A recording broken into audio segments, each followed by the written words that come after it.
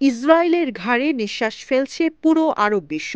ইহুদি এই ভূখণ্ডের কপালে এবার একযোগে শনি নামাবে মুসলিম রাষ্ট্রগুলো। দিন রাত দফায় দফায় চলছে সেই প্রস্তুতি।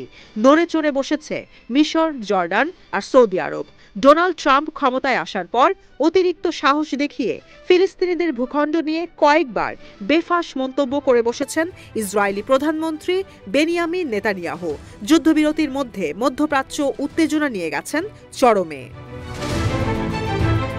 ভৌগোলিক অবস্থানের দিক দিয়ে ইসরায়েলের চারপাশেই আরব বিশ্বের প্রভাবশালী দেশগুলো। মিশর, লেবানন, সিরিয়া, জর্ডান আর সৌদি আরব ঘিরে রয়েছে ইসরায়েলকে। সেই সঙ্গে ইরান সমর্থিত সশস্ত্র গোষ্ঠীরা বরাবরই চাপে রাখে তেল আবিবকে। পারস্য উপসাগর, গালফ অব এডেন আর লোহিত সাগর দিয়েও ইসরায়েলের জন্য আসে হুথি, হিজবুল্লাহ আর হামাসের নানা বার্তা। গাজা ইস্যুতে প্রতিবেশী এই রাষ্ট্রগুলো যদি একজোট হয়ে ইসরায়েলের বিরুদ্ধে ব্যবস্থা নেয়ার ঘোষণা দেয়, ছোট্ট এই ভূখণ্ডের হয়তো কিছুই করার থাকবে না। কারণ যুক্তরাষ্ট্রের একার পক্ষে ইসরায়েলকে রক্ষা করা সম্ভব নয়। আর সেই প্রস্তুতিই নিচ্ছে মিশর, সৌদি আরব। আসছে ২৭ ফেব্রুয়ারি জরুরি ভিত্তিতে আরব দেশগুলোর জন্য সম্মেলনের ডাক দিয়েছে কায়রো। আলোচনার বিষয় ফিলিস্তিন ভূখণ্ড। মিশরের পররাষ্ট্র মন্ত্রণালয় জানিয়েছে এই সম্মেলনে ব্যবস্থা নেওয়া হতে পারে গাজা ইস্যুতে ডোনাল্ড ট্রাম্প আর বেনিয়ামিন নেতানিয়াহুর সাম্প্রতিক সময়ের বেফাঁস মন্তব্যে। ফিলিস্তিনিদের নিয়ে সৌদি আরবে আলাদা রাষ্ট্র গঠনের নেতানিয়াহুর প্রস্তাবের কড়া জবাবে সৌদি পররাষ্ট্র মন্ত্রণালয় জানায়, ফিলিস্তিনিদের নিজ ভূখণ্ড থেকে উৎখাতে ইসরায়েলের কোনো ষড়যন্ত্র মেনে নেওয়া হবে না। ফিলিস্তিনিরা এই ভূখণ্ডে অনুপ্রবেশকারীও না, অভিবাসীও না। ইসরায়েল চাইলেই এই ভূখণ্ড থেকে তাদের উৎখাত করতে পারে না। ফিলিস্তিনিদের সঙ্গে ৭৫ বছর ধরে অন্যায় হচ্ছে। তাদের জন্য আলাদা রাষ্ট্র প্রতিষ্ঠায় একমাত্র সমাধান। বেনিয়ামিন নেতানিয়াহু আর ডোনাল্ড ট্রাম্পের একের পর এক বিস্ফোরক মন্তব্যে বেজায় চটেছে আরব বিশ্বের সবচেয়ে প্রভাবশালী দেশ সৌদি আরব।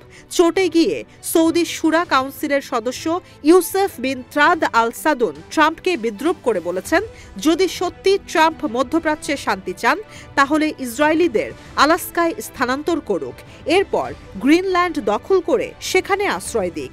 সতর্ক করে বলেন, ইহুদি ভূখণ্ড আর এর মিত্রদেশ আরব বিশ্বে সৌদি আরবের নেতৃত্ব প্রভাবিত করতে পারবে না। সম্প্রতি ইসরায়েলি প্রধানমন্ত্রী বেনিয়ামিন নেতানিয়াহু ওয়াশিংটন সফরে গিয়ে মার্কিন প্রেসিডেন্ট ডোনাল্ড ট্রাম্পের সঙ্গে বৈঠক করে যেন আরব বিশ্বের মুখোমুখি দাঁড়ানোর সাহস জুগিয়েছেন।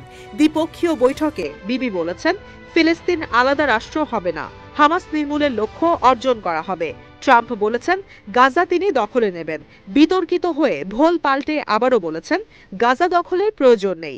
অভিযান শেষে ইসরায়েলি গাজাকে যুক্তরাষ্ট্রের কাছে হস্তান্তর করবে। এর মাঝে গাজা পুনর্গঠনের জন্য সব ফিলিস্তিনিকে মিশর আর জর্ডানকে আশ্রয় দিতে বলেছেন ট্রাম্প।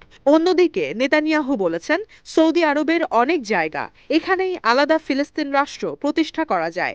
ফিলিস্তিনিদের বাস্তুচ্যুত করার ইঙ্গিতপূর্ণ এসব মন্তব্যে নিন্দার ঝড় বইছে পুরো মধ্যপ্রাচ্যে।